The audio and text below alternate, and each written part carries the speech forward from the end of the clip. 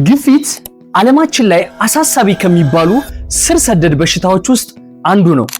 ምግብ ደግሞ ግፊት ለማምጣትም ለመቀልበስም ሆነ ከግፊት ለመዳን ዋነኛውን ሚና ይጫወታል። ዛሬ በዚህ ቪዲዮ ግፊትን ሊያመጡ የሚችሉ ወሳኝ የሚባሉ የምግብ ዝርዝሮችን እና ከጀርባቸው ያለውን ሳይንስ በጥልቀት እንዳስሳለን። እናንተ ወይም ቤተሰባችሁ ግፊት የሚያሳስባችሁ ከሆነ ግፊት ካለባችሁ ወይም ካለባቸው ይሄ ቪዲዮ ለእናንተ ነው። ይሄንን ቻናል ሰብስክራይብ ማድረግ እንዳትረሱ። እንደዚሁም ይሄንን ቪዲዮ ይጠቅማቸዋል ብላችሁ ለምታስቧቸው ለምትወዷቸው ቤተሰቦቻችሁ ሼር በማድረግ ቪዲዮውን ጀምሩት። የመጀመሪያው ጨው ነው። ጨው አሁን ከምዘረዝራቸው ምግቦች ውስጥ ዋነኛ ከሚባለው ግፊትን ያመጣል ተብሎ ከሚታሰቡት ውስጥ አንዱ ነው። ለምን ይመስላችኋል? ጨው በውስጡ ሶዲየም ይዛል። ይሄ ሶዲየም ደም ስራችን ውስጥ ከገባ በኋላ ከደም ስር ውጭ ካሉት የህዋሶቻችን ክፍል ቲሾቻችን ውስጥ ፈሳሽ እንዲገባ ያደርጋል። ውሃን ፑል ያደርጋል። ውሃ ወደ ደም ስር ሲገባ ቮሊዩሙ እየጨመረ ይመጣል። ደም ስር ውስጥ ያለው ወይም የደማችን መጠኑ እየጨመረ ይመጣል። ይሄ ምን ያደርጋል? ግፊት እንዲፈጠር ያደርጋል። ፕሬሸር እንዲፈጠር ያደርጋል። ሌላኛው ደግሞ ጨው በራሱ እየቆየ ከሄደ ለረጅም ጊዜ ይሄ የሚቆይብን ከሆነ ጨው የበዛበት ምግብ እያበዛን የምንሄድ ከሆነ ደግሞ የደም ስራችንን ያጠነክረዋል፣ ስቲፍን ያደርገዋል። ይሄም ግፊትን ለመጨመር ዋነኛ ምክንያት ይሆናል ማለት ነው።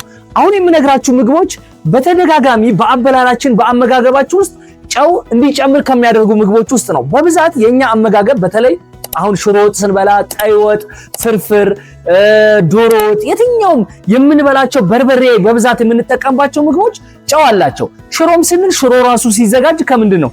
ጨው ይኖረዋል አይደል? ሽሮ ራሱ ሲቀመም። ስለዚህ በርበሬ ሲደለዝ ሽሮም ሲዘጋጅ ጨው ተደርጎበት ነው የሚሰራው። የምግባችን ወጥ አድርገን የምንሰራቸው ምግቦች በሙሉ ፍርፍርን ጨምሮ ሶስ ያላቸው ልክ ፓስታም ስንበላ ስጎ ራሱ ጨው አለው። ስለዚህ ሁሉም በርበሬ ምናምን ያላቸው ምግቦቻችን ጨው አላቸው።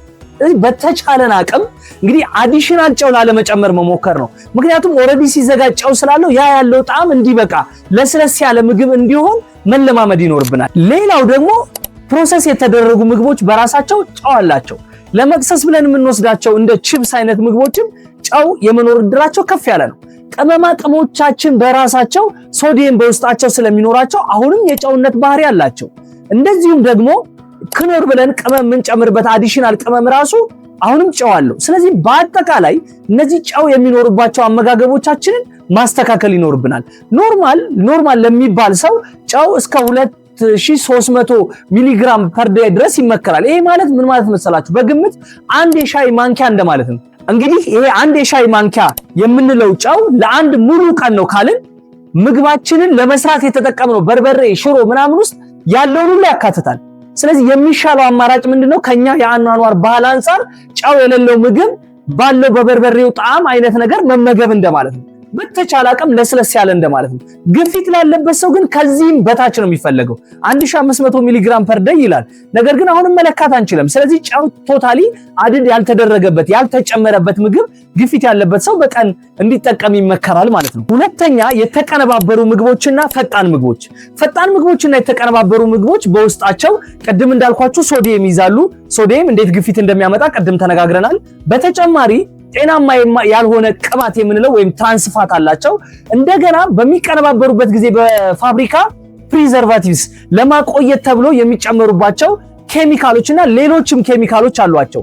እነዚህ ኬሚካሎች ፕሪዘርቫቲቮችና ትራንስፋቶች ሶዲየሞች ተደምረው የደም ስራችን ቅድም እንዳልኩት ጠንካራ እንዲሆን ያደርጋሉ። የደም ስራችን ውስጥ ቁጣ እንዲኖር ወይም ኢንፍላሜሽን እንዲኖር ያደርጋሉ። እንደዚሁም ክብደት እንድንጨምር ያደርጋሉ። ይሄ ተደማምሮ ግፊት የመጨመር እድሉን ወይም ግፊት የመያዝ እድላችንን ይጨምረዋል።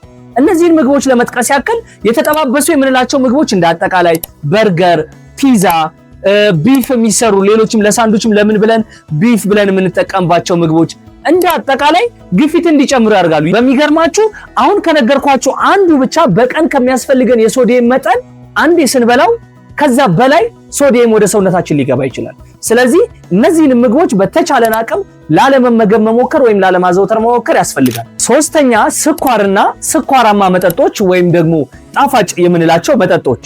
ጨው ብቻ አይደለም፣ ስኳርም ግፊት ያመጣል። እንዴት መሰላችሁ? ስኳር በሰውነታችን ውስጥ በሚጨምርበት ጊዜ ኢንሱሊን ይጨምራል። ይሄ ኢንሱሊን ደግሞ ኩላሊታችን ላይ ሶዲየም ወደ ደም ስር ወደ ሽንት ከመውጣት ይልቅ በኩላሊታችን ወደ ደም ስር እንዲመለስ ያደርጋል።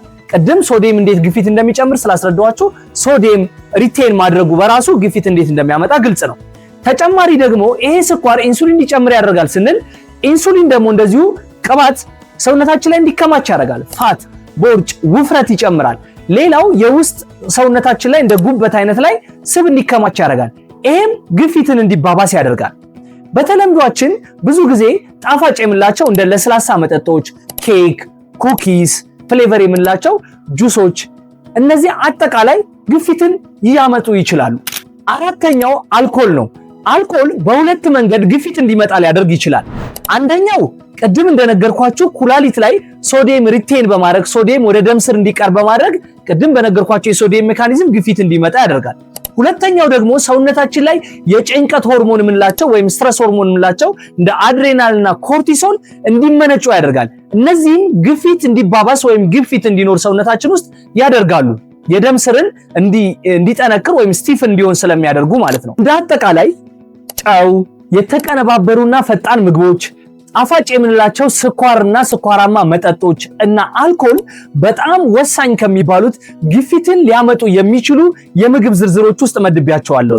በቀጣይ ቪዲዮ ምንድናቸው ታዲያ ግፊትን ለመቀነስ ወይም ለግፊት ቤስት የሚባሉት ምግቦች ካላችሁ ኮሜንት ላይ ጻፉልኝ። በሚቀጥለው ቪዲዮ ሰራላችኋለሁ። ቪዲዮ ከተመቻችሁ ላይክ፣ ሼር እና ሰብስክራይብ ማድረግ እንዳይረሳ። እስከዛው ቸር ቆዩ።